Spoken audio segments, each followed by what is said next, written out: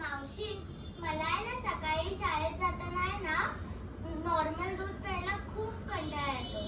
तू मला काहीतरी त्यात इंटरेस्टिंग बनवून देते? इतकंच ना, चल मग. दुधातलं चॉकलेट मिक्स बनवण्यासाठी लागणारं साहित्य.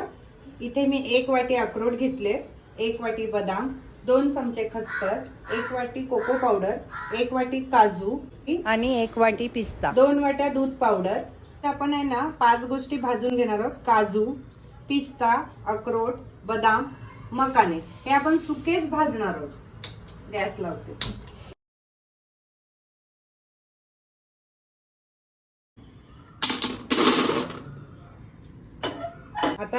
आता ह्या सगळ्या गोष्टी भाजलेल्या आहेत ना, तर छान थंड झाल्याशिवाय मिक्सरला फिरवू नका.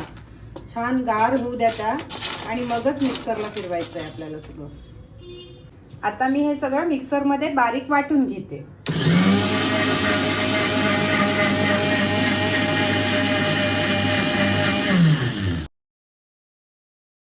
भाजून घेतलेल्या मकान्याची केलेली पावडर, हे ड्रायफ्रूटची पावडर. गरम वाटायची नाही, गार झाल्यावरच वाटायची, नाहीतर मग तिचा ऑइल निघतो त्याच्यातून, ड्रायफ्रूट मधून. असं गार झाल्यावर वाटल्यावर त्याच्यामुळे ती अशी सुकी वाटली जाते चांगल्यापैकी. आणि यात आपण कोको पावडर, गुळाची पावडर, मिल्क पावडर हे मिक्स करून घेतली आहे. आता मी छान हाताने मिक्स करून घेते. तुम्हाला चाळून घ्यायचं असेल तर चालून पण घेऊ शकता, पण आमच्या खुशीला असंच आवडतं, कारण त्याच्यात छोटे छोटे ड्रायफ्रूटचे कण राहतात ना, तर मुलांना आवडत नाही कधी कधी. आपलं दुधातलं चॉकलेट मिक्स रेडी झालं. 1 कपासाठी 2 चमचे टाकायचे. तुमच्या मुलांना जास्त आवडत असेल तर जास्ती टाका.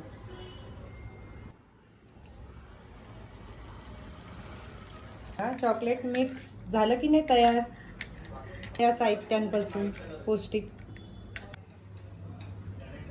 घे, आता तुला कंटाळा नाही येणार दूध प्यायला.